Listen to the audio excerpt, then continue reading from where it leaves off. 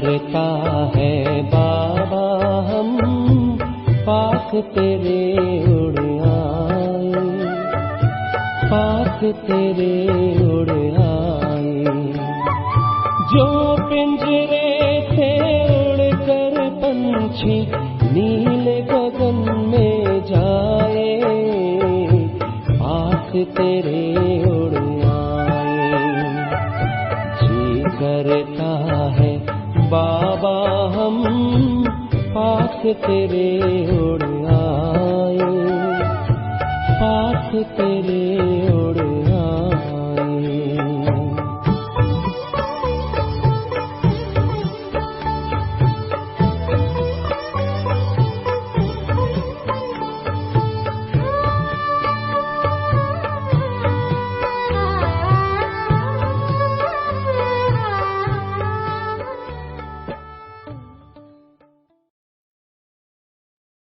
ओम शांति। तो जैसे अभी भी आप सबने गीत सुना कि बाबा हमारा दिल कहे अभी इस दुनिया से उड़ जाए, क्योंकि समय परिस्थिति इसके कारण और समय भी ऐसा है जो हमें निरंतर उस वतन की ओर चलना है जिसको ही बाबा योग कहते हैं। तो आज का विशेष टॉपिक है कि हम अपने योग अभ्यास को विधि पूर्वक या पावरफुल कैसे बनाए, जिस योग के अंदर हमारे विकर्म विनाश हो जाए, जिस योग के अंदर हम जब बैठेंगे तो हमारा योग निरंतर लगा रहे, योग बोर न लगे। तो ऐसा पावरफुल योग कैसे करे? योग के अंदर हमें संकल्प विकल्प न चले, इसके लिए क्या करे, तो इसके ऊपर विशेष चर्चा करते हैं। तो विशेष सबसे पहले हमें योगाभ्यास करने का इंटरेस्ट हो। जितना हमारा खुद का योग करने का इंटरेस्ट होगा उतना ही हम योगाभ्यास में अच्छी तरह सफल हो सकते। आंतरिक इंटरेस्ट, इसके साथ साथ हमारा योग विधि पूर्वक हो। ऐसा नहीं जब हम योग में बैठेंगे लाल लाइट चल रहे, गीत बज रहे, सामने कोई योग भी करा रहे, लेकिन हमारी मन और बुद्धि कहीं और चली जाए। ऐसा अगर हम कितना घंटा भी योग में बैठेंगे उस योग का कोई फायदा नहीं। तो जब योग करते हैं हमें, तब उस समय केवल एक बाबा के यादों में ही, बाबा के वास्तव में ही हमें मगन हो जाना, यही है वास्तव में योग। कोई भी अगर बाबा कहते कि कोई सेवा की भी बातें याद न आए, कोई वस्तु, कोई व्यक्ति, कोई वैभव, कुछ भी याद न आए, तो ऐसी हमें तपस्या करना है, जिसको तपस्या भी कहा जाएगा। तो ऐसी एकाग्रता की तपस्या कैसे करे? व्यर्थ हमारे योग अभ्यास में क्यों आता है? तो जब हम योग के लिए बैठते हैं तो हमें क्या क्या करना चाहिए? जब योगाभ्यास के लिए बैठते हैं, चाहे सवेरे हो, चाहे शाम के समय के योग में हो, चाहे क्लास से पहले वाले योग में हो, तो जब हम लगातार एक आधा घंटा लगातार बैठते हैं, उस समय हमें कुछ फाउंडेशन बना करके फिर योग में बैठना जरूर। ऐसा नहीं आए बैठे और शुरू कर दिया मैं आत्मा हूँ, शांत स्वरूप हो, शक्ति स्वरूप हो, आनंद स्वरूप हो, नहीं। तो जब हम बैठते हैं तो पूर्व तैयारी भी करना जरूरी है। तो यह पूर्व तैयारी कौन सी? तो जब पूर्व तैयारी करके अगर हम बैठेंगे तो लंबा समय तक हम योगाभ्यास कर सकें। तो जब योगाभ्यास के लिए बैठते हैं, जैसे आज दुनिया में भी देखा जाता है, बड़े व्यक्ति जब आपस में बात करने के लिए बैठते हैं तो क्या करते? बाहर कोई न कोई पहरे वाला या सिपाही बंदूक लेकर के खड़ा रहता है, और जब भी कोई आता है तो उसको बोलता है, वे ठहरो, आधा घंटे के बाद आप आना, आधा घंटे के बाद बात करना, अभी आपस में उनके अंदर बात चल रही। अगर समझो कोई सिपाही नहीं, कोई बैठा नहीं बाहर, तो जब बात चल रही होंगी दोनों की, उस समय तुरंत कोई ना कोई आ जाएगा। जब आएगा तो जब दो है उनकी बहुत महत्वपूर्ण बात है, तो उसके अंदर विघ्न तो आएगा। तो जब तीसरे की तरफ बुद्धि जाएगी या ध्यान जाएगा तो बात नहीं हो पाएगी। तो इसीलिए हमें भी क्या करना है, जब योगाभ्यास के लिए बैठते हैं तो उससे पूर्व हमें ये सोचना है, अभी मैं आधा घंटा बाबा को याद कर रहा हूँ। इस आधे घंटे में मुझे कुछ भी याद नहीं करना है, ना वस्तु, ना व्यक्ति, ना वैभव, केवल एक बाबा। तो ऐसा हमें भी क्या करना है, हमारा कोई स्थूल पहरे वाला नहीं, लेकिन हमें क्या करना है, अटेंशन रूपी पहरे वालों को बाहर खड़ा करना है और उसको कहना है कि अंदर कुछ भी आए, वस्तु, व्यक्ति, वैभव, उन सबको कहो कि आधा घंटे के बाद। तो ऐसे हमें पूर्व तैयारी करके फिर बैठना है। और जब तैयारी करके बैठेंगे, या समझो आपके घर में कोई मेहमान आया है और उसको बहुत जल्दी जाना है, और आप अगर बात कर रहे और अचानक कोई बच्चा बीच में आता है और उस समय वो, आप क्या कहेंगे, भाई थोड़ा ठहर जाओ, हम आपस में बात कर रहे हैं, बात पूरा होने के बाद फिर आपके बारे में सोचेंगे। ये समझो वो आया है और हम अपने कामों में बिजी होंगे, तो वो क्या कर सोचेगा, वो सोचेंगे कि देखो मैं तो आया हूँ बात करने के लिए और ये अपने काम में बिजी रहे, वो तो चला जाएगा। इसी तरह बाबा देखो कितने बड़ी हस्ती है, स्वयं भगवान, और उन्होंने वो खुद आपके पास आता है या आप उनके पास जाते हैं, तो उस समय हमें भी क्या करना है, अटेंशन पे पहरे वालों को बाहर बिठा करके फिर हमें बातचीत करना शुरू करना है। नहीं तो होता है क्या, प्रैक्टिकल में हम डायरेक्ट बैठ जाते, कोई अटेंशन पे पहरे वाला नहीं, फिर जब बाबा को बुलाते ऊपर से, आओ हम आपसे कुछ रोरवान करना है, जब शुरू करते हैं रोरवान, मैं आत्मा हूँ, शांत स्वरूप हूँ, या कुछ जो भी रोरवान, तो माया क्या सोचते हैं, जैसे बाबा कहते ना, योग के अंदर ही माया ज्यादा, ज्ञान सुनते समय नहीं आएंगे। तो जब आप योग के लिए बैठते, उसको पता चलता है ये तो कमाई के लिए बैठ गया, तो वो तुरंत क्या करेगी, कुछ ना कुछ चीजों के भेज देती। जब भेज देंगे तो क्या हो जाएगा, तो उसका चिंतन चलेगा। कैसा प्रैक्टिकल में क्या होता है, जैसे आपको एक उदाहरण देते हैं, जैसे समझो कोई माता है, समझो वो रोज क्लास के लिए आते हैं, समझो आते आते रास्ते में सब्जी मार्केट का दुकान है, तो जाते जाते वहां देखा कि आज बहुत बढ़िया बैंगन आए हैं, बड़े बड़े बैंगन है, तो सोचेंगे चलो आज इसका ही भरता बनाएंगे बैंगन का ही दोपहर के लिए। तो सोचेंगे पहले जाकर के क्लास करेंगे, क्लास पूरा होने के बाद फिर वापिस आते समय बैंगन लेके जाएंगे। फिर ऐसा करके क्लास में चले गए, वहां लाइट चल रहे, गीत बज रहा है, सामने कोई योग करा रहे बहन, ब्रह्मा बाबा का फोटो भी है सामने, और योग करना शुरू कर दिया, मैं आत्मा हूँ, शांत स्वरूप हूँ, शक्ति स्वरूप हूँ करके परम धाम तक पहुंच गए। और अचानक बीच में याद आई, अरे मैंने तो थैला लाया ही नहीं, तो बैंगन किस में लेके जाना है। मना भले शरीर से वहां बैठे, लेकिन बुद्धि से आप उस मार्केट में पहुंच गए और मार्केट में आपको वही बैंगन दिखाई पड़ रहे। फिर सोचेंगे चलो कोई बात नहीं, उसे ही प्लास्टिक का थैला उस दुकानदार से लेंगे और लेके जाएंगे। फिर सोचेंगे अरे बाबा पर्स भी भूल गए, चलो छोड़ दो बैंगन, कुछ और बना देंगे। तो कहाँ योग के लिए बैठे थे, कहाँ लाइट चल रही, गीत बज रहे, लेकिन आपकी बुद्धि कहाँ पहुंच गई, उसको योग कहेंगे नहीं। तो ऐसे अगर आप घंटों भी बैठेंगे तो कोई फायदा नहीं होगा।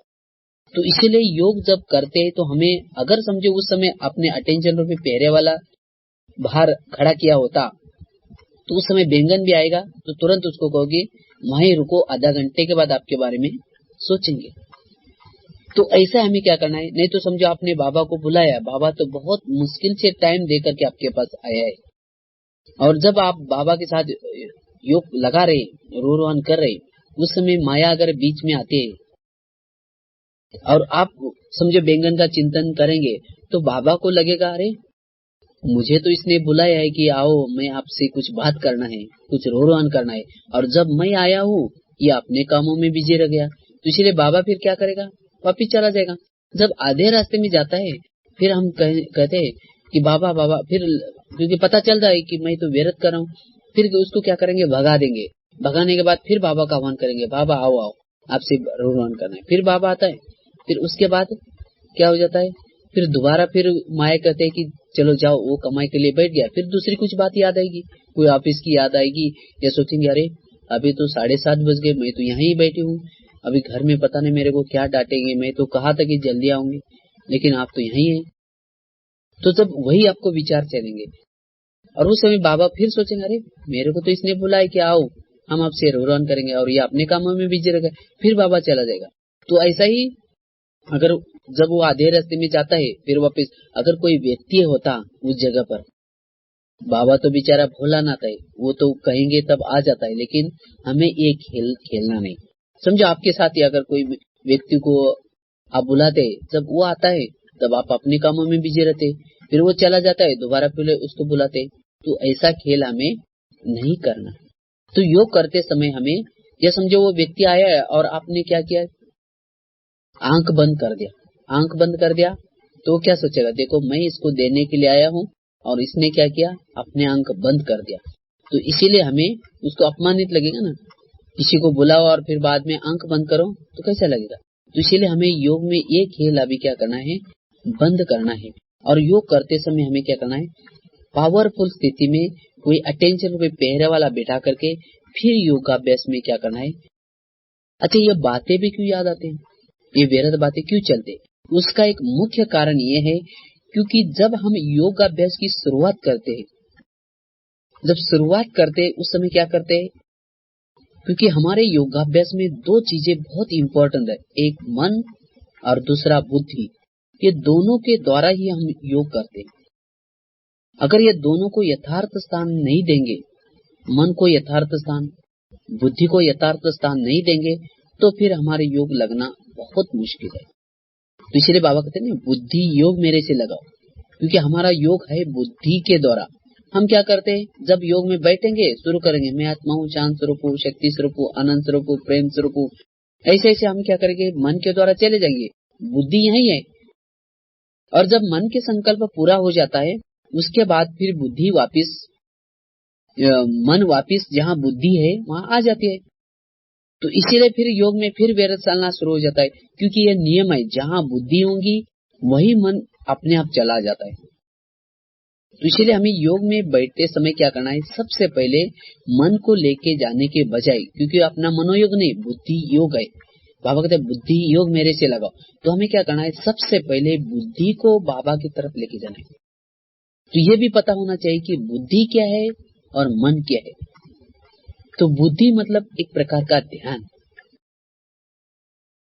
जैसे अभी कहते हैं ना, तुम्हारा ध्यान कहाँ है, अगर ये ध्यान हमारे यहाँ नहीं होगा तो हमारे ये नेत्र, स्थूल नेत्र कार्य नहीं कर सकेंगे, देख भी नहीं सकेंगे। तो इसलिए हमें ध्यान को क्या करना है, ध्यान को बाबा की तरफ लगाना है, बुद्धि को बाबा की तरफ लगाना है।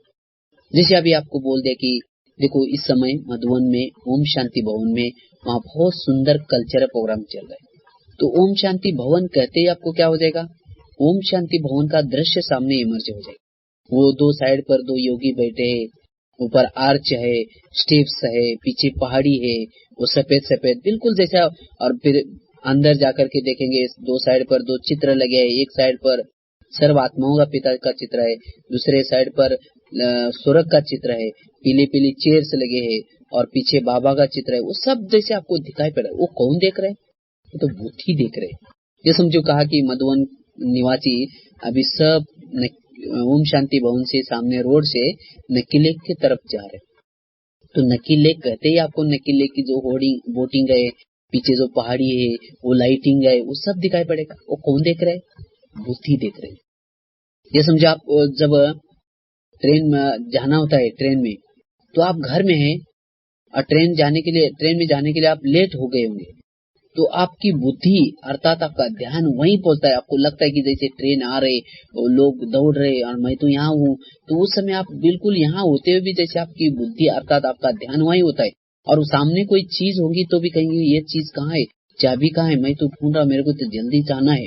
तो ये क्यों दिखाई नहीं पड़ रही चाबी सामने होते हुए भी, क्योंकि आपका ध्यान वहाँ है। तो इसीलिए हमें क्या करना है, ध्यान को पहले शुरू में आप अभ्यास करो, जहां भी आप होते हैं जो स्थान देखे, जैसे आपने मधुबन देखा है तो मधुबन के स्थान पर अपनी बुद्धि के द्वारा वो दृश्य देखते देखते, तो ऐसे आप वहां से उड़ते उड़ते जैसे दृश्य बना दो या विजन बनाओ, जैसे अव्यक्त वतन है। अव्यक्त वतन कहते हैं जैसे आपको प्रकाशमय लाइट ही लाइट की दुनिया, और उस दुनिया में प्रकाशमय शरीर में वहाँ ब्रह्मा बाबा बैठा है और मैं उनके सामने फरिश्ता बनकर के सामने बैठा हूँ। बाबा ने अपना एक हाथ मेरे मस्तक के ऊपर रखा हुआ है। तो ऐसा आप विजन बनाओ, और बुद्धि के सामने क्या करना है, उस विजन को सामने रखना है। जब आपके बुद्धि के सामने वो दृश्य होगा, वो विजन होगा, तो ऑटोमेटिकली आपके मन के अंदर वही विचार चलेंगे। जहाँ बुद्धि अगर चली गई तो मन भी पीछे पीछे जाना शुरू हो जाएगा। लेकिन अगर मन के पीछे आप दौड़ेंगे, तो जैसे गाय होता है ना, गाय और बछड़ा, जहाँ गाय जाते हैं वहां बछड़ा चले जाता है। अगर आप बछड़े के पीछे जाएंगे, बछड़ा कैसा होता है, चंचल होता है। वो कभी आपको घर में परमधाम में भी लेके जाएगा, कभी घर की तरफ, कभी वस्तु की तरफ, कभी व्यक्ति की तरफ, और ये आप परेशान हो जाएंगे। और गाय कैसी होते हैं, शांत होते हैं। तो आप क्या करो, बुद्धि रूपी गाय को परमधाम में लेके जाओ, अव्यक्त वतन में लेके जाओ। तो बुद्धि मन रूपी जो बछड़ा है वो अपने आप पीछे पीछे पीछे पीछे आता रहेगा। तो आपको मन को लेके आने की कोई जरूरत नहीं, वो अपने आप पीछे पीछे आएगा। तो ये नियम बना हुआ है। तो इसीलिए हमें क्या करना है, सबसे पहले बुद्धि को लेके जाना है। इसलिए बुद्धि को एक प्रकार का कैमरा भी कहा जाता है। जैसा स्टूल में जैसा कैमरा होता है, वो कैमरा जिस चित्र के ऊपर होगा वही चित्र जैसा टीवी में दिखाई पड़ता है। समझो कैमरे के सामने पेड़ का चित्र है, तो टीवी में भी क्या हो जाएगा, वही पेड़ का चित्र दिखाई पड़ेगा। समझो आपको पेड़ का चित्र बदलना है टीवी के अंदर का, तो आप क्या करेंगे, टीवी को थोड़ी ऑन ऑफ करते रहिए। समझो कैमरा वही पेड़ के चित्र के ऊपर है और आप टीवी का ऑन ऑफ करते रहेंगे तो बदलेगा? कितना भी आप कोशिश करो, घंटे लगा दो, वही दृश्य आएगा। तो इसी प्रकार अगर हमारे योग के अंदर, समझो योग कर रहे और उस समय आपके मन रूपी टीवी के अंदर समझो व्यर्थ संकल्प चलना शुरू हो गए, क्योंकि मन को एक प्रकार की टीवी कहा जाता है, और उसके अंदर समझो आपके व्यर्थ संकल्प चल रहे। कोई किसी ने कुछ बोला होगा तो उसका ही अगर संकल्प चल रहे होंगे, क्यों बोला है, मेरे को नहीं बोलना चाहिए, मैंने तो कोई गलती नहीं किया, ऐसे ऐसे आपके थॉट्स चल रहे होंगे। और उस दृश्य को आपको बदलना है, भूलना है, तो उसके लिए क्या करना पड़ेगा, उसके लिए आपको बुद्धि रूपी कैमरे को चेंज करना पड़ेगा। बुद्धि को वहां से हटा दो।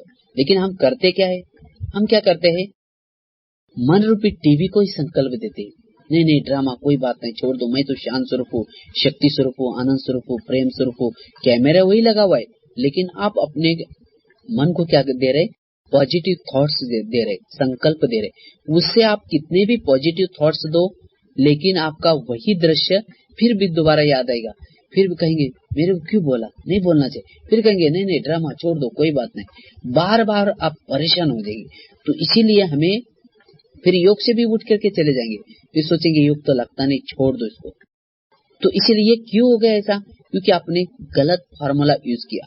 आपको क्या करना पड़ेगा, आपको मन रूपी बुद्धि रूपी कैमरे को वहां से हटाना होगा। अगर कैमरा हटाओ तो ऑटोमेटिकली क्या हो जाएगा, वो दृश्य चेंज हो जाएगा। इसी प्रकार हमें क्या करना है, बुद्धि के ऊपर योग में बहुत ध्यान देना जरूर है। जितना बुद्धि को आप अटेंशन देंगे, बुद्धि कहाँ है, क्या देख रहे, तो उतना ही आपके मन रूपी टीवी में अच्छे विचार आएंगे। और जैसे टीवी एक ही है, जैसे मन रूपी टीवी एक ही है, एक ही टीवी के अंदर जैसे स्टूल में भी अलग अलग चैनल्स देख सकते हैं, भिन्न जो भी आपको चाहिए वो चैनल्स लगाते, जो आपको अच्छा लगता है वो प्रोग्राम लगाते। इसी प्रकार आपको जो अच्छा लगता है, समझो आप कभी क्या करो, अव्यक्त वतन की तरफ अपना बुद्धि का कैमरा लगाओ, तो अव्यक्त वतन के बारे में आपको विचार आएंगे। अगर उसमें आपको इंटरेस्ट नहीं आता तो परमधाम की तरफ लगाओ आपका बुद्धि का कैमरा, तो परमधाम के बारे में विचार आएंगे।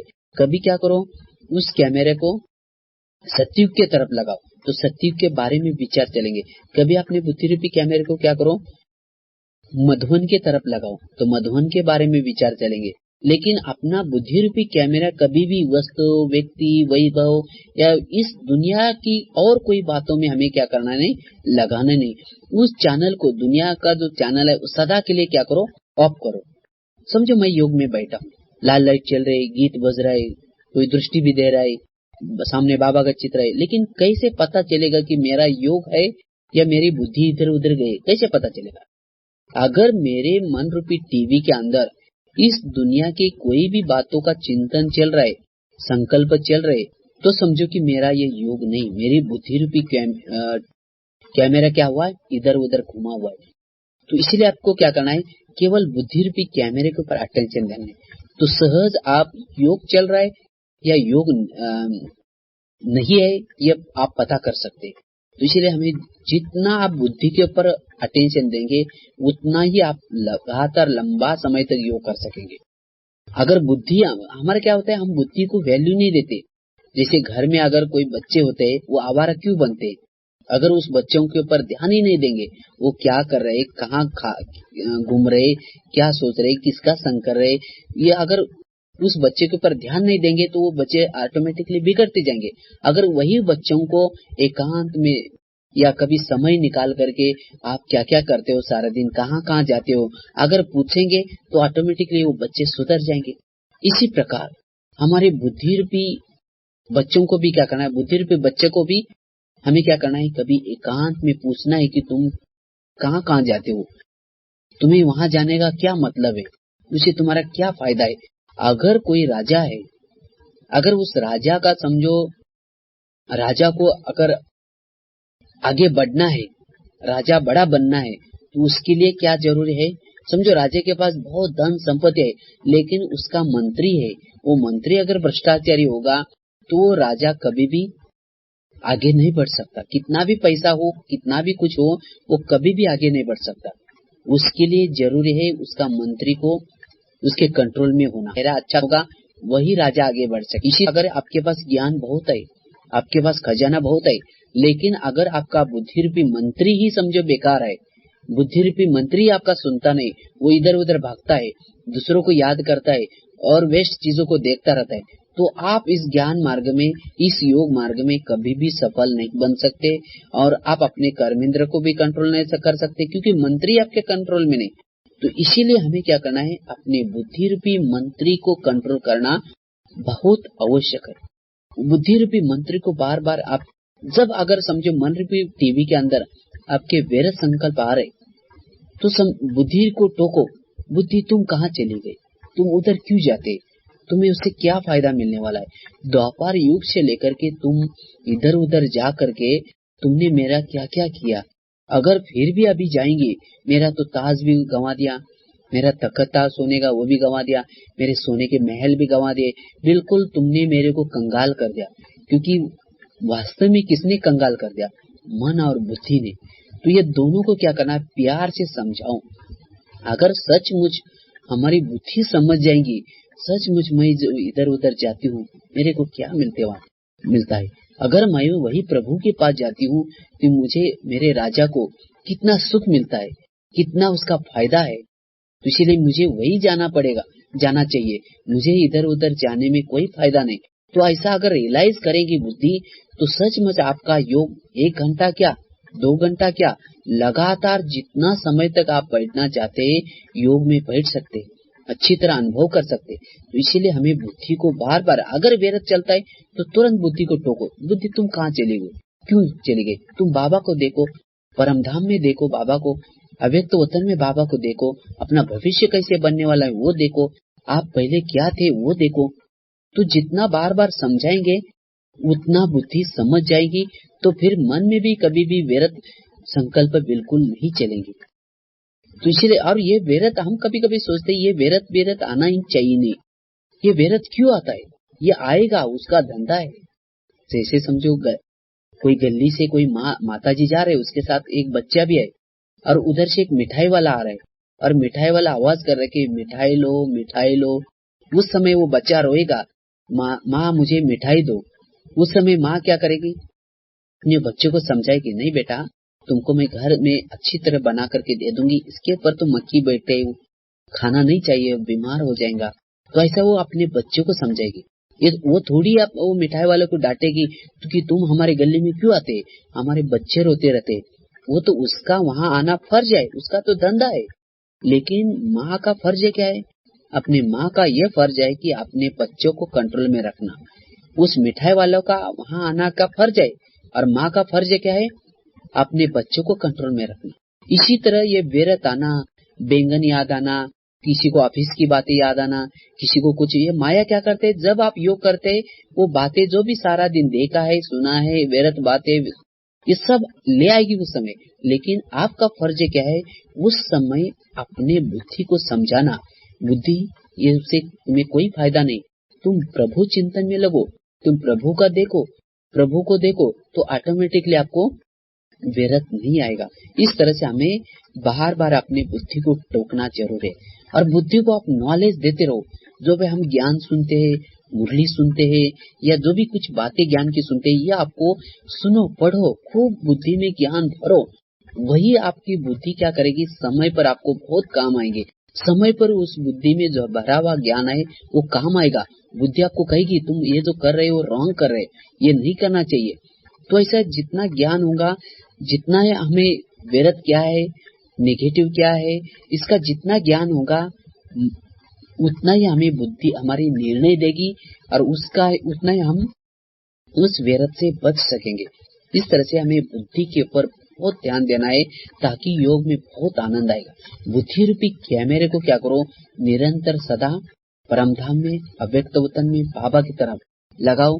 इस बुद्धि रूपी नेत्र से सदा ही आने वाले कल की दुनिया को देखो। जो दिखाई नहीं पड़ता इस स्थूल नेत्र से, उसको देखो, अर्थात बाबा को देखो, परमधाम में देखते रहो। तो आपको इस दुनिया की कोई भी बातों का चिंतन मनन नहीं चलेगा। इस तरह से आप अभ्यास करो कि जैसे मैं योग के लिए गया हूँ, मैं आत्मा पीछे बैठा हूँ और मेरी मन और बुद्धि आगे बैठी है। जैसे घर में भी बोलते हैं ना, जब अंधेरा होता है माँ बाप कहते हैं कि देखो बेटा बाहर नहीं जाना है, अगर बाहर जाएगा तो तुमको अंधेरा पड़ा हुआ है शेर खा लेगा। इसी तरह आप भी क्या करो, मन और बुद्धि को परमधाम में ले जाकर के, अव्यक्त वतन में ले जाकर के उसको कहो कि तुम नीचे नहीं जाना, नीचे माया रूपी शेर बैठा है, तुमको खा लेगा। ये दोनों को दो काम दो, बुद्धि रूपी बच्चे को, मन रूपी बच्ची को, दोनों को दो काम दो, बिजी रखो। मन को कहो कि तुम बाबा के बारे में सोचते रहो, और बुद्धि को कहो कि तुम बाबा को देखते रहो। तो यही है वास्तव में यथार्थ योग। दोनों मन और बुद्धि बाबा के पास रहे, बुद्धि देखती रही, मन बाबा के बारे में सोचता रहे। जो भी बाबा ने हमें खजाना दिया है उसका उपकार के गुण गाता रहे। यही है असली योग, यही है एकाग्रता। अगर लेकिन होता क्या है, एक साइड से खिसक जाता है तो दूसरा भी क्या करता है, तुरंत दूसरे साइड से खिसक जाता है, फिर दोनों भी वहां से चले जाता है और व्यर्थ चलना शुरू हो जाता है। तो इसीलिए हमें क्या करना है, दोनों को क्या करना है, दोनों को परमधाम में लगाना है। अगर समझो मन और बुद्धि में से एक भी नहीं है वहां हाजिर, समझिए केवल ये क्या है, तो भी हमें योग में अनुभूतियां नहीं होगी। जैसे अगर समझो हाइड्रोजन और ऑक्सीजन मिलाएंगे तो क्या बन जाएगा, पानी बनेगा। अगर केवल ऑक्सीजन मिलाएंगे तो पानी बनेगा नहीं बनेगा। इसी तरह आपकी योग में केवल समझो मन वहां गया है, बुद्धि वहां नहीं है, और योग में आप अच्छे अच्छे संकल्प करें, मैं शांत स्वरूप हूँ, मैं शक्ति स्वरूप हूँ, आनंद स्वरूप हूँ, लेकिन आपको सामने से केवल संकल्प करते रहेंगे, लेकिन अनुभूतियां कुछ भी नहीं होगी। क्यों नहीं होगी, क्योंकि वहां बुद्धि हाजिर नहीं। तो इसलिए जैसे हाइड्रोजन और ऑक्सीजन होता है तब पानी बनता है, ऐसा ही अगर हमारे मन और बुद्धि दोनों ही बाबा के ऊपर है, बाबा के साथ है, तब हम जो सोचते हैं, जो योग में अनुभूति करना चाहते हैं, वो अनुभूति हमें होगी। अन्यथा केवल संकल्प ही चलाते रहेंगे, अनुभूतियां कुछ भी नहीं होंगे। इस तरह से हमें क्या करना है, अपने बुद्धि के ऊपर बहुत ध्यान देना जरूर है। बुद्धि और मन दोनों ही बाबा के ऊपर लगाना जरूर है। इसके साथ साथ हमें क्या करना है, जब भी हम चलते फिरते हैं उस समय भी हमारा बुद्धि का कैमरा निरंतर उस परमात्मा को, अपने बाबा को, प्यारे मीठे बाबा को सदा ही देखता रहे। अगर समझो बुद्धि का कैमरा इधर उधर की बातों को देखेगा तो वही चिंतन हमारा चलेगा। और योग करते समय हमें चेयर है, अनेक प्रकार के गुणों की चेयर है, तो कोई एक गुण में या कोई एक सोमान के चेयर पर बैठो और अच्छी तरह अनुभूति करो। उसकी अनुभूति करके फिर चाहे तो भले दूसरे चेयर पर भी बैठो, उससे भरपूर हो जाओ, फिर बाद में दूसरे चेयर बैठो। ऐसा नहीं केवल मैं आत्मा हूँ, शांत स्वरूप हूँ, शक्ति स्वरूप हूँ, आनंद स्वरूप, या नहीं। तो अगर ये करेंगे, क्योंकि आपका बैठक योग जितना अच्छा होगा उतना ही हमारा कर्म योग अच्छा होगा। अगर बैठ करके ही आप केवल संकल्प चलाते रहे, विकल्प चलाते रहे, या समझो अनुभूति किया ही नहीं, तो फिर आपको कर्म योग बिल्कुल ही नहीं लगेगा। तो इसीलिए हमें बैठक योग में को अच्छी तरह सफल बनाना जरूरी है। तो जब भी बैठे, और जितने हमारे संकल्प की रचना भी कम, जैसे बाबा ने अभी कहा ना मुरली में इस साल, कि संकल्प की बचत करो। क्यों? क्योंकि जितनी हमारे संकल्प की बचत होगी उतना ही हमारा योग अच्छा लगेगा। जब हम योग में बैठेंगे तो सुख शांति का अनुभूति करेंगे। अगर हमारे संकल्प अनेक है तो हम बिंदुरूप स्थिति, बीजरूप स्थिति या जो भी अशरीरी, इन चीजों का अनुभूति नहीं कर सकेंगे। तो इसीलिए हमारे संकल्प की रचना कम होना जरूरी है। जैसे अगर समझो किसी को 10-12 बच्चे हैं और वही माँ बाप शाम को आराम से शांति से बैठते हैं, उस समय एक आएगा कहेगा मम्मी मेरे को तो किताब है ही नहीं, किताब लेने के लिए पैसा दो। तो उसको ये करते करते उसको फिर दूसरा आएगा कहेगा पापा जी मेरे को तो कपड़े फटे हैं, कपड़े के लिए पैसे चाहिए। तीसरा आएगा अपना कुछ और समस्या ले आएगा। चौथा आएगा अपने और समस्या। वो माँ बाप शांति का अनुभव करेंगे ही नहीं, क्योंकि जितने बच्चे ज्यादा उतनी समस्या भी ज्यादा। इसलिए आज दुनिया में भी कहते हैं ना, छोटा परिवार सुखी परिवार। तो ऐसा हमें भी क्या करना है, अपना छोटा परिवार, अर्थात हमारी भी रचना कौन सी है, ये संकल्प ही हमारी रचना है। ये रचना को ऐसा ही नहीं फालतू कुछ भी आता रहे सोचते रहे ये करना है, ऐसा करना है, ये वे अनेक प्रकार की इच्छाएं वगैरह करते रहेंगे, और उसके बाद फिर शाम को जब बैठेंगे, क्योंकि रचना रचेंगे तो जाएगी कहाँ, चाहे रची हुई है तो कभी ना कभी आपके जो रचता है उसके पास ही आएगी। वो आपको चाहे 2 साल के बाद या 3 साल के बाद छोड़ेगी नहीं, आपके पास आकर के आपको सताना शुरू करेंगे। तो इसीलिए बाबा कहते हैं ना, सोचने से पहले भी सोचो, संकल्प करने से भी पहले भी थोड़ा सोचो कि ये संकल्प मैं कर रहा हूँ यथार्थ है। अगर ऐसी रचना रच रहे मुझे को ये करना है, वो करना है, ऐसा करना है, तो आपको जब शांति से शाम को योग के लिए बैठेंगे तो फिर आपको वही रचना कहेंगे, अरे तुमको तो ये करना था, तुम तो योग में बैठ गया। फिर उसको भगाते भगाते 5 मिनट चला जाएगा। फिर दूसरा आएगा, अरे तुमको तो ये करना था, तुम तो योग के लिए बैठ गया। फिर उसको भगाते भगाते फिर 5 मिनट चला जाएगा। तो ऐसा हमारा समय वेस्ट जाएगा। तो इसीलिए हमें संकल्प की रचना को कम करना है। इसीलिए कहा भी जाता है जो योगी होता है वो क्या होता है, योगी इच्छाएं तृष्णाएं इससे भी क्या होता है, परे रहता है। तो इसीलिए अस्वच्छ बनो। जितना अस्वच्छ बनेंगे, कोई भी घटनाएं कोई भी बातें होते उसके बारे में ज्यादा सोचो नहीं। एक एक संकल्प हमारा बहुत कीमतीवान है, उसको ऐसा ही वेस्ट नहीं करो। जितना संकल्प की बचत होगी उतना आपकी बिंदुरूप स्थिति, बीजरूप स्थिति, अशरीरी बनते जाएंगे। क्योंकि संकल्प में पावर होते, ये पावर अगर आप वेस्ट करते रहेंगे तो फिर हम अपने योग में जैसी स्थिति है वैसी हम नहीं बना पाएंगे, एकाग्रता नहीं बढ़ेंगे।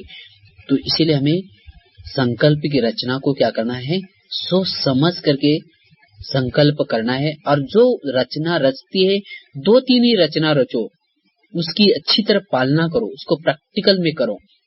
नहीं तो जब संकल्प अनेक रचते और जब संकल्प हमारे पूरे नहीं होते तो फिर हम अशांत बन जाते हैं। तो इसीलिए संकल्प के ऐसे रचना ही क्यों रचते जो हम अशांत हमें बनना पड़ेगा। तो इसलिए जितना संकल्प कम करेंगे उतना हमारा योग भी अच्छा लगेगा, और जितना हमारा संकल्प की रचना कम होगी उतना ही हमारा, जैसे कहते हैं ना, श्वास भी, बाबा कहते हैं ना, कभी योग से हमारा क्या हो जाता है, आयु बढ़ जाते। ये कैसा संभव है, क्योंकि जब हम कोई भी घटना के बारे में ज्यादा सोचते नहीं, ये ऐसा क्यों हो गया, अरे मैं तो ट्रेन के लिए गया था लेकिन मेरी ट्रेन लेट हो गई, मेरे को टिफिन तो मेरे पत्नी ने दिया ही नहीं, अभी मैं जाऊंगा, अभी उसको देखूंगा। अनेक बार सोचते रहे, ट्रेन तो चली गई लेकिन आपके संकल्प भी इधर वेस्ट जा रहे। तो उस समय गई, कोई बात नहीं, ड्रामा, उसमें भी कल्याण है। ऐसा उस समय स्टॉप करो। समझो ऊपर कोई बोतल रख दिया दीवार के ऊपर और वो अचानक गिर गई, फिर सोचिए अरे मैंने और थोड़ा पीछे करता तो बहुत अच्छा होता, कमाल है, मैंने बोला भी था। बार बार सोचते रहेंगे, जो गिर गई, ड्रामा, कोई बात नहीं, छोड़ दो उसको। लेकिन संकल्प वेस्ट क्यों कर रहे। तो जितना हम संकल्प की बचत करेंगे उतना ही हमारा क्या नहीं तो जब देखेंगे किसी ने कुछ बोल देता है तो हम सोचते हैं कि ये ऐसा क्यों बोला, किसने बोला, नहीं बोलना चाहिए। तो जितने संकल्प ज्यादा चलेंगे उतने आपके हृदय की धड़कन भी बढ़ती जाएंगी और उतना आपके श्वास, कहते हैं ना दुनिया में भी जो हमारे श्वास है वो गिनती के होते और उस श्वास को हम क्या करते हैं, ऐसा ही व्यर्थ गवाते। लेकिन नहीं, हमें श्वास की क्या करना है, बचत करना है, अर्थात संकल्प की बचत करेंगे, ज्यादा सोचेंगे नहीं तो हमारी आयु भी आगे बढ़ सकती है। तो इसीलिए हम जितना संकल्प कम करेंगे उतना हमारी संकल्प की सिद्धियां प्राप्त होगी, सिद्ध होंगे। हम जो सोचेंगे वही होगा। अगर समझो हमने संकल्प की बचत नहीं किया, ऐसे व्यर्थ संकल्प की आदत होगी तो हम जो सोचेंगे वही हमारा सिद्ध नहीं होगा, जो सोचेंगे वही नहीं होगा, सफलता नहीं होगी तो फिर अशांत बनेंगे।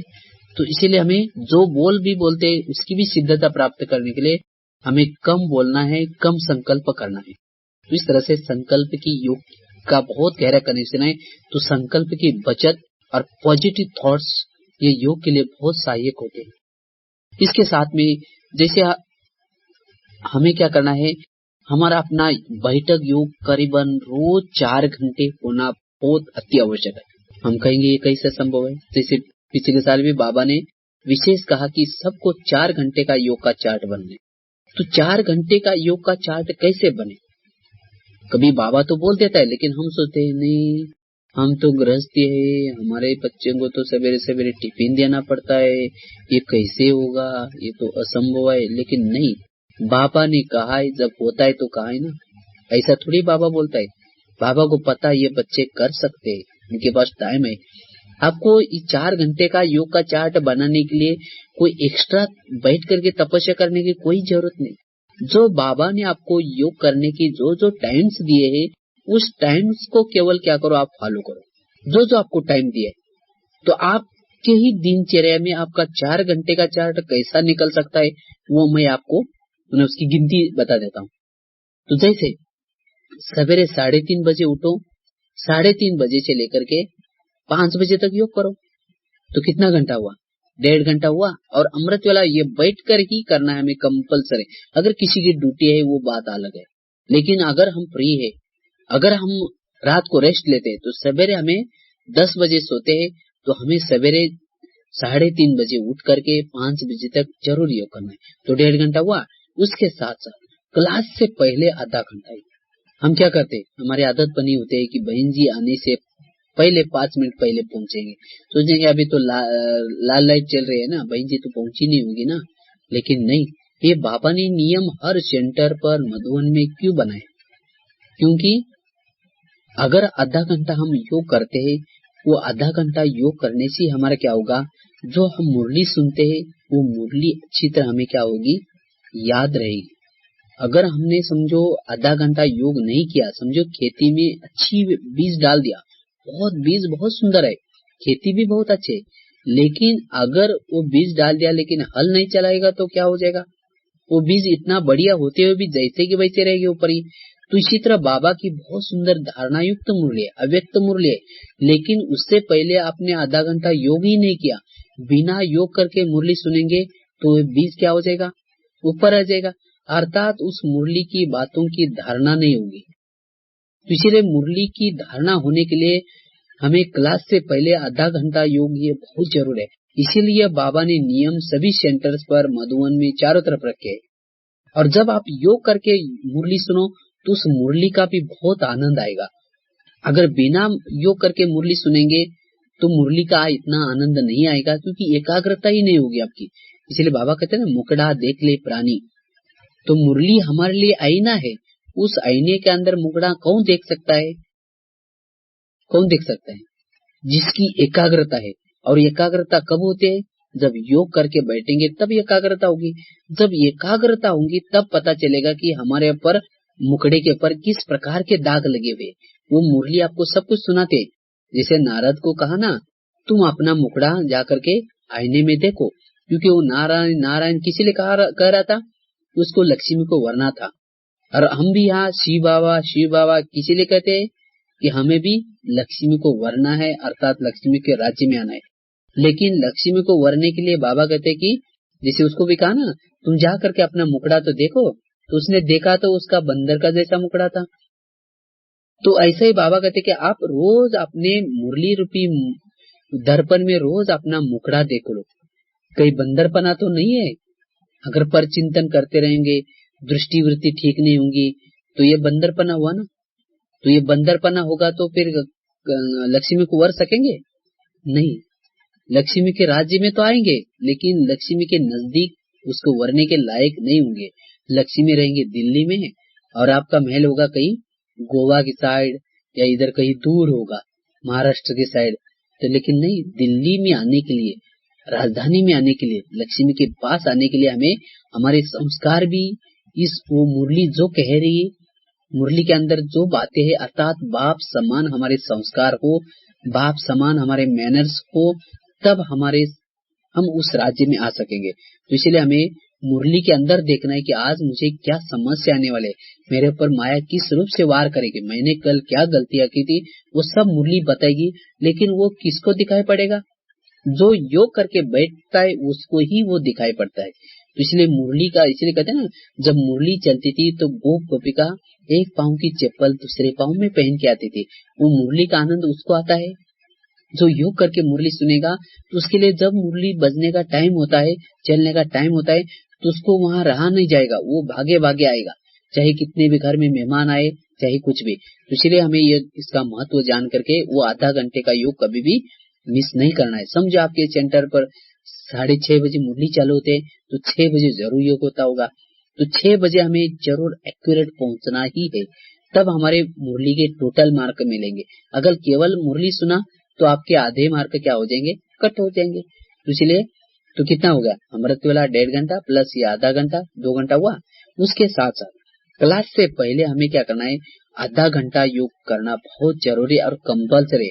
अभी भी तो बाबा ने खास डायरेक्शन भी दिया एक मुरली में, आपने सुना होगा, साकार मुरली में बाबा ने कहा कि सोने से पहले आधा घंटा योग जरूरी है। क्यों जरूरी है? क्योंकि सोने के पहले योग करना, क्योंकि सोने का पहला जो समय है वो अमृत वेला का फाउंडेशन है। अगर सोने के पहले आपने ऐसे ही बिस्तरा डाल दिया, गुड नाइट कर दिया, फिर कहेंगे बाबा मैं आज सारा दिन बहुत थक गई हूँ, घर में बहुत मेहमान आए थे, कहेंगे बाबा आज मैं बहुत थक गया हूँ, ऑफिस में बहुत काम था, इतना काम था जो मैंने रेस्ट भी नहीं कर पाया, तो आज इतना थकान है, प्लीज बाबा मुझे 4 बजे आप जरूर जगह देना, मेरे को लगता है मेरे अमृत वाला मिस ही हो जाएगी। तो ऐसा कमजोर सोच करके फिर सोचेंगे अरे सवेरे कल उठना भी है, फिर बर्तन भी मांजना है, कपड़े भी धुलाई करना है, फिर टिफिन भी बनाना है, बहुत सारे काम करना है। तो आप ऐसे सोच करके अगर सो जाते हैं तो उठते ही आपको वही बातें याद आएगी। सोचेंगे अरे बाबा घड़ी में तो 4 को 5 मिनट, क्योंकि बाबा तो ओबेडेंट सर्वेंट है, वो आपको जगाएगा, लेकिन जगाने के बाद घड़ी की तरफ देखेंगे, सोचेंगे अभी तो घड़ी में तो 4 को 5 मिनट कम है, और 5 मिनट अगर हम रेस्ट करेंगे तो मेरी नींद अच्छी तरह पूरी होगी। फिर क्या हो जाएगा, 5 मिनट के बजाय 5 बज जाएगा, कुछ पता भी नहीं चलेगा। अगर उठ भी गए जबरदस्ती तो भी योग करने के बजाय क्या हो जाएंगे, नमाज पढ़ेंगे। नमाज अर्थात जैसे मुसलमान क्या करते हैं, मुसलमान लोग ऊपर ये करते हैं फिर नीचे झुक जाते हैं, तो ऐसा ही हमारा यही हाल हो जाएगा। क्यों ऐसा हुआ? क्योंकि रात को सोते समय ये सोचा कि मैं तो बहुत थक गई हूँ, मैं बहुत थक गया हूँ, और उसके कारण मन थक गया, शरीर थक गया। वास्तव में इसलिए मन को सदा ही रिफ्रेश रखो। जब मन रिफ्रेश है तो कभी भी आप थकेंगे नहीं।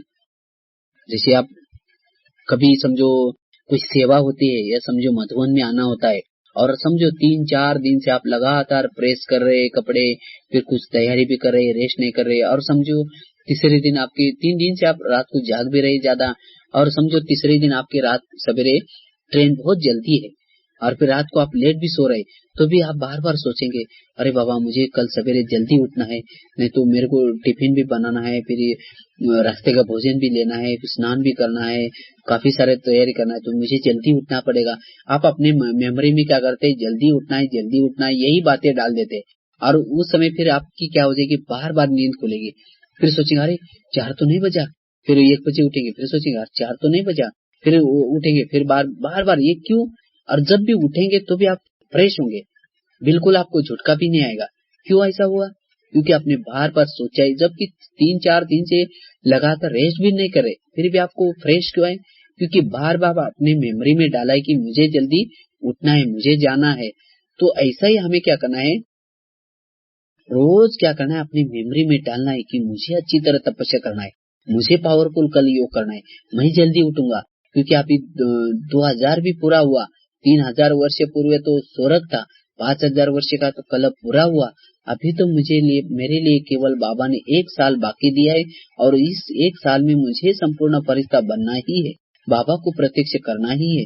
उसके लिए मेरी अलौकिक चाल चलन बनानी होगी, और उसके लिए मुझे सवेरे जल्दी योग करना पड़ेगा, और मेरे कर्मेंद्रिय पर कंट्रोल करना पड़ेगा। तभी मुझे बार बार ये सब जल्दी उठेंगे और अमृत वाला योग अच्छा होगा।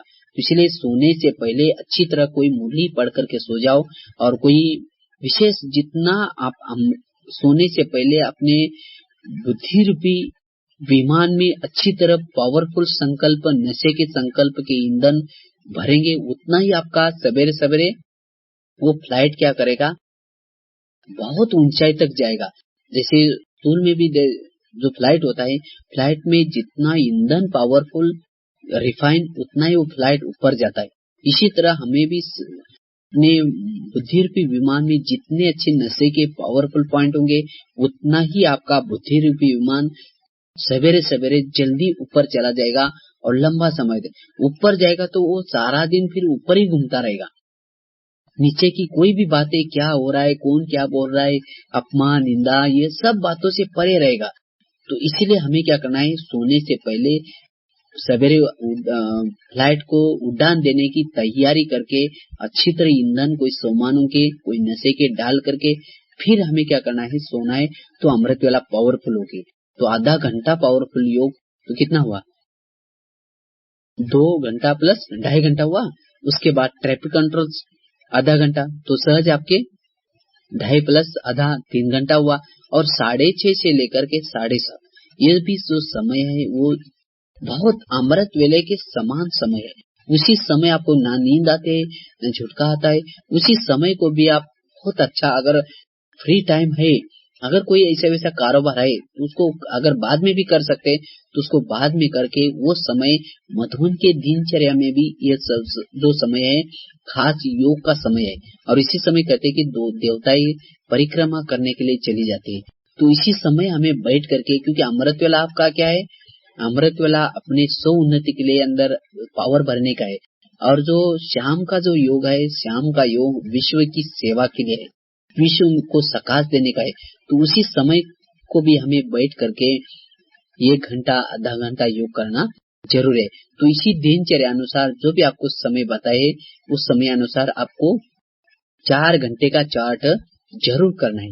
और उसके साथ साथ बीच बीच में आप क्या करो, कोई ऐसा गुरुवार का दिन या सोमवार का दिन, या कोई संसार में कोई एक्सीडेंट हो जाता है, कोई विशेष घटना घट जाती है, न्यू ईयर है या त्योहार है, उसी दिन क्या करो, रात को जाग करके या दिन भर में बैठ करके, या आपको छुट्टी का दिन है, समझो सप्ताह में 1 बार छुट्टी होते, तो हमने शुरू में ऐसे करते थे। तो ऐसा आप सप्ताह में या 15 दिन में एक भट्टी पर्सनली करो या संगठन में करो, वो आपको भट्टी बहुत काम आएगी। क्योंकि हम जितना बैठ करके भट्टी करते या योग करते, उससे हमारे अंदर जो संस्कार है, वो संस्कार क्या करते हैं, अंदर होते हैं, लेकिन वो अपने कर्मों में नहीं आते। जैसे कोई बुजुर्ग है, बुजुर्ग व्यक्ति को अगर आप भोजन नहीं देंगे, समझो भोजन नहीं दे रहे, कोई बुजुर्ग है, उसके अंदर बहुत गुस्सा है, लेकिन गुस्सा है तो उसको 8 दिन भोजन नहीं दिया, तो समझो वो खटिया पर बैठ करके वहीं गाली बकता रहेगा, वहां से कहेगा कि मैं मार दूंगा मैं, लेकिन वो आ करके प्रैक्टिकल में, क्योंकि इसके अंदर पावर ही नहीं, भोजन देंगे तो पावर बढ़ेगी। तो ऐसे ही हम क्या करना है, हमें भी क्या करना है, हमें भी योग जितना करेंगे उतना ही क्या होगी, उस संस्कारों की पावर कम होगी, पावर भस्म हो जाएंगे, और जिससे फिर आपको वो संस्कार कार्य में नहीं आएंगे। तो इस तरह से हमें तपस्या बैठ करके लगातार करना जरूर है। तो इस तरह से विशेष ये योग अभ्यास के लिए जो आपको कुछ बातें बताई, इन बातों के ऊपर हमें विशेष क्या करना है, ध्यान देना है, ताकि हमारा बैठक योग अच्छा हो सकता है। योग तो 2 प्रकार का होता है, एक बैठक योग, दूसरा हमारा कर्म योग। तो बैठक योग कैसा करना है वो आपको अभी बताया जो डिटेल, तो उसी अनुसार आप बैठक योग करो। हमारा बुद्धि का योग बिल्कुल इधर उधर न जाए, तो उससे आपको फिर कर्म योग लगेगा। बैठक योग और कर्म योग कैसे करें, बैठक योग का तो अभी पता है, उसके साथ साथ हमारे कर्म योग कैसा करें उसके ऊपर भी आपको 2 मिनट बता। तो बैठक योग हमें करने जैसे करते, उसके साथ साथ कर्म योग में भी हमारा इंटरेस्ट हो। ऐसे नहीं हमें बैठक योग किया, अब इसके बाद कर्म के में अंदर भाभा परमधाम में और हम अपने कर्मों में बिजी, ऐसा नहीं। तो कर्म हमें हमारा योग क्यों नहीं लगता? तो हर कर्म को क्या करो, सेवा समझो। ये बाबा ने मुझे कार्य दिया है, चाहे आप गृहस्थी में भी रहते तो भी उसको ये नहीं सोचो कि ये बस हम, कभी क्या होता है हमारे माइंड में ये पक्का बिठा करके रखा है हमने कि हम जो भी लौकिक कार्य करते हैं वो कोई सेवा नहीं है, उसे हमारा भाग्य क्या बनेगा। और हम सोचते कि सेंटर पर आकर के सेवा करना, मधुबन में सेवा करना, यही सेवा है। बाकी घर का जो काम है, नौकरी करना, ये करना, ये तो सेवा नहीं है। लेकिन नहीं, एक बार हम ब्राह्मण बन गए तो हमारी सब कुछ सेवा, आप अपनी मर्जी से वहां नहीं है, तो बाबा ने आपको वहां भेजा है। समझो आप गृहस्थ में रहते तो आप ये सोचो कि बाबा ने मुझे ये डिपार्टमेंट दिया है, मैं ये संभाल रहा हूँ, मैं निमित्त हूँ। ये निमित्त बन करके वो कर्म करो तो आपको ऑटोमेटिकली योग लगेगा। अगर वो मेरा समझ करके करेंगे या बस मैं अपने लिए कर रहा हूँ ये करेंगे, तो उसके अंदर योग नहीं लगेगा। तो हर कर्म को सेवा समझो। कई कई भाई बहने तो ये इनकी ये शिकायत होती है कि भाई हम तो माया नगरी में रहते, हम तो जहाँ माया आते वहां रहते, और जो मधुबन में रहते वो तो बहुत पावरफुल आत्माएं है। लेकिन नहीं, आप जहाँ भी रहते आप भी कोई कमजोर नहीं है। हम अपने कर्मों को क्या करें, एक उमंग उत्साह दे। आप जहाँ भी रहते, चाहे गृहस्थी में रहते, कहीं कहीं भी रहते, तो आप कमजोर नहीं है। अगर कमजोर होते, अगर वहां नहीं रह पाते तो बाबा भेजता आपको। बाबा कहते हैं आप सब कौन है, मधुबन निवासी है ना, तो मधुबन से बाबा ने आपको वहां भेजा है और आप बहुत शक्तिशाली। कल पहले भी आप वहां रहे थे और वहां माया को हरा करके विजयी बन करके वापिस आए थे, इसीलिए इस कल्प में भी बाबा ने आपको वहां भेजा है। कमजोर होते तो नहीं भेजते।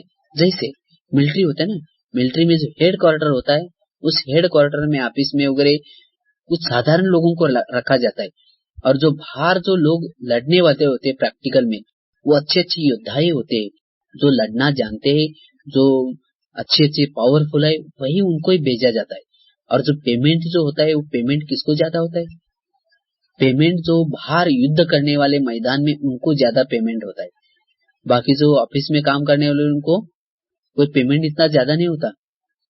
और जो ज्यादा वहां सीमा पर लड़ने वाले जो होते हैं, तो उनको जितना जो बड़ों को मारता है, मतलब जो शहीद करता है किसी को मारता है शत्रु को, उतना ही वो शहीद बन जाता है, वो इतना ही उसका नामीग्राम में नाम फेमस हो जाता है। लेकिन ऑफिस वाला ऐसा मर जाता है तो उसकी कोई इतना शहीद को लिस्ट में नहीं आता वो। तो ऐसा ही आपको बाबा ने वहां बॉर्डर पर भेजा है। आपका पगार, अर्थात आप अगर समझो, क्योंकि आपका भविष्य का पद बहुत ऊंचा है। समझो आपने 1 घंटा योग किया और हमने इधर 4 घंटा मधुबन में किया, बात तो ये की है, समान हो जाएगा। क्योंकि बाबा की एक्स्ट्रा लिप आपको है, क्योंकि आप खास बॉर्डर पर हो और खास आप प्रैक्टिकली युद्ध कर रहे हो। तो इसलिए कभी भी आपने को ये नहीं सोचना है कि अगर हम वहां होते तो वहां बहुत अच्छा होता है, हम स्थिति बना सकते। कहीं भी रहो, आप अपनी स्थिति को बनाओ। तो इसलिए आप ये सोचिए कि बाबा ने मुझे युद्ध के मैदान के लिए मेरी पोस्टिंग कहाँ हुआ है, यहाँ आसाम में हुआ है। तो आसाम में हुआ है। जैसे एक बार फॉरेनर भाई ने मेरे को ऐसा ही पूछा था कि भाई देखो, हम तो माया नगरी में, श्रीलंका की बहन थी, कहते हम तो माया नगरी में रहते हैं, माया के रावण राज्य में रहते हैं, आप लोग तो बहुत लकी हो, ये हो वैसा। हमने उसको कहा कि आप भी कम लकी नहीं हो, आप भी बहुत लकी हो। तो वास्तव में आप भी बहुत पावरफुल हो, आप तो शक्तिशाली, इसलिए बाबा ने आपको माया नगरी में भेजा है। अगर शक्तिशाली नहीं होते तो आपको यहीं रख देते। जैसे दिखाते ना, राम ने क्या किया, हनुमान को ही भेजा। बाकी और भी बंदर थे, जाम्बुवन था, कई अंगद था, कई प्रकार के बंदर थे, लेकिन उनको नहीं भेजा। हनुमान को क्यों भेजा? क्योंकि राम का ये विश्वास था, ये वहां जाएगा और वहां के रावण को समाप्त करके लंका को जला करके सीता को वापिस ले आने का कार्य यही करेगा, उसका विश्वास था, इसीलिए उसको भेजा। बाकी किसी को भेजेगा तो वो मार करके वापिस आ जाएगा, इसीलिए उनको नहीं भेजा, लेकिन उसको ही सिलेक्ट करके भेजा। तो इसी तरह बाबा ने आपको ही वहां भेजा है, क्योंकि बाबा जानता है, तो वहां वो जा करके वो कार्य करके वापिस सही सलामत में आएगा। इसलिए आपको, तो इसलिए हमें ये नशा होना चाहिए, मैं तो हनुमान हूँ, मैं तो एक शक्ति हूँ, मैं तो वहां से जो मधुवन में राम बैठा है वहां ने उसने मुझे इधर भेजा है लंका में, मुझे मेरे साथ मेरे दिल में बैठा है राम, तो मुझे कोई कुछ भी नहीं कर सकता। तो ऐसा जब नशा होंगे तो रावण माया कुछ भी नहीं कर सकेगी। और जैसा ऐसा भी नहीं कि रावण राज्य में आओ और आ करके वाह कितना बढ़िया सोना है, कितना ये क्या है, चलो लूटो लो। अगर वो ऐसा करेंगे तो वो, अगर वो हनुमान को भी दिखाते हैं ना, वो जाता है, सीता उसको क्या करते, एक सोने का कुछ गले में जो पड़ता है ना वो देती है, तो वो क्या करता है, चबा करके बोलता है इसके ऊपर ना राम का नाम तो है ही नहीं, उसको फेंक देता है। तो इसी तरह अगर हम समझो यहाँ आएंगे, यहाँ आए रावण राज्य में, और यहाँ समझो गृहस्थी में रहते हुए वहाँ टीवी में क्या बढ़िया प्रोग्राम है, वहाँ पैसे धंधे दौरे में लोभ लालच में अगर फंसे रहेंगे तो रावण का और ही मार खा के वापिस आ जाएंगे। इसलिए हमें सदा ही ये सोचना है कि बाबा ने मुझे यहाँ भेजा है, और सदा नशे में रहो, सोमान में रहो। आपको कोई अपमान करे, निंदा करे, क्योंकि आप अपमान वगैरह करेंगे आपको सब, लेकिन आप क्या करो, आप अपने सोमानों की सीट पर रहो। जैसे अंगद जब आया था तो रावण ने बैठने के लिए स्थान दिया नहीं दिया, उसने क्या किया, अपने पूंछ का स्थान ये बनाया, सिंहासन बनाया और उसके ऊपर बैठ गया। तो इसी तरह आपको भी इस रावण राज्य में रहते हैं तो आपको कोई सम्मान रिगार्ड रिस्पेक्ट नहीं देगा, कोई और ही अपमान करेंगे, देखा ये ऐसे ना फैशन करते ना, इनका जीवन ही बिगड़ेगा, कुछ भी बोलेंगे। लेकिन आप क्या करो, जो भी मुझे बाबा ने सोमान दिया है, सोमान के पूंछ के ऊपर बैठो, तो आपको ये मान अपमान निंदा कुछ भी नहीं लगेगी। और जब भी गली में घूमते हैं चलते हैं तो ये सोचे कि मैं मधुवन से आया हूँ, मैं तो हनुमान बन करके आया हूँ, मुझे आत्मा रूपी सीताओं को छुड़ाने का कार्य करना है। बाकी धंधा ये वो तो निमित्त मात्र है, लेकिन आपको मेन जो आपका कर्तव्य है उस मेन कर्तव्य को कभी भी नहीं भूलना है। तो ऐसा हमें कर्मों में नशे में रहना है, तो उतना ही आपको सहज, और कोई भी कर्म है उसको सेवा समझो, कैसे सेवा नहीं होगी। समझो कोई टेलरिंग है, अगर वो टेलर समझो बाबा की याद में अगर वो कपड़ा सिलाई कर रहा है, तो जो भी पहनेगा उसको देहाभिमान नहीं आएगा, उसको अच्छे विचार आएंगे, तो क्या ये सेवा नहीं हुआ। समझो कोई खेती वाला है, अगर वो बाबा की याद में अनाज बो रहा है, तो जो भी वो खाएगा, जब अनाज ऊपर आएगा वो खाएगा, तो क्या हो जाएगा, उसको, उस व्यक्ति को, उस लोगों को अच्छे विचार आएंगे, क्या ये सेवा नहीं है। तो समझो आप अपने घर में भोजन बना रहे, तो भी बाबा के हाथ में बनाएंगे, जो खाएगा उसको अच्छे विचारेंगे, तो हर प्रकार की हमारी सेवा है। अगर वहां सब मधुवन में ही बैठेंगे तो सेवा, यहाँ विश्व को संदेश देने की, विश्व में जो भी आत्मा रूपी सीता है उनको ढूंढने की सेवा कौन करेगा। तो इसलिए हमारी सब कुछ सेवा है। तो इसलिए जहाँ भी माली जैसे फूलों को क्या करता है, जहाँ जो फूल शोभा देता है वही उसकी सेटिंग करता है, इसी तरह बाबा भी माली है, बाबा ने जहाँ भी सेटिंग किया है वो ठीक सेटिंग है। इसीलिए हम कभी ये नहीं सोचना कि मुझे अगर मैं वहां होता तो बहुत अच्छा होता, तो इससे फिर हमारे अपने योग का चार्ट नहीं बना सकते। तो मधुवन निवासी से भी भाग्यशाली वो है, वो जो परमधाम निवासी बन करके रहते हैं। चाहे कहीं भी रहो, लेकिन परमधाम निवासी बन करके रहो, और नशे में रहो, हर कर्मों में सेवा समझ करके योग करो। तो कर्म में जब योग युक्त रहेंगे तो सहज आपका योग रहेगा। और चलते फिरते एक बहुत सुंदर अभ्यास करो, जैसे जब आप चल रहे हैं तो चलते समय सोचो कि मैं, मेरी जो हाइट है तीनों लोगों तक, माना कर्म में कैसे योग युक्त रहना है, तीनों लोगों तक मेरी हाइट है, छाती से ऊपर हिस्सा परमधाम में है, बीच का हिस्सा व्यक्त वतन में है, और पांव सृष्टि के गोले पर है, और मैं चल रहा हूँ। तो आपको सामने बाबा ही दिखाई पड़ेगा, इधर क्या बोल रहा है, इधर कौन क्या कर रहा है, ये कुछ भी पता नहीं चलेगा। नहीं तो हम क्या करते हैं, जब चलते समय हम देखते हैं इधर कौन क्या कर रहा है, इधर क्या कर रहा है, तो ये सब बातें दिखाई पड़ती, सुनाई पड़ते, और उससे क्या होता है, फिर हमें वही दिखाई सुनाई पड़ती बातें, उनका ही चिंतन चलता है। तो इसलिए हमें चलते समय इसी नशे में चलना है। तो सहज समझो आप सेंटर तक जा रहे हैं, तो इसी अवस्था में जब जाएंगे तो सहज आपको केवल बाबा ही नजर आएगा, और बाबा से बातें करते चलो। इस तरह से विशेष कर्म में योग युक्त रहने की विशेष प्रैक्टिस करने हैं। और बाकी तो अभी समय पूरा हो गया, तो जो भी आपको आज विशेष चर्चा की कि योग कैसे लगाना है, हमें बुद्धि के ऊपर कैसा अटेंशन देना है, तो इन बातों को प्रैक्टिकल आप करके बैठक योग को पाओ।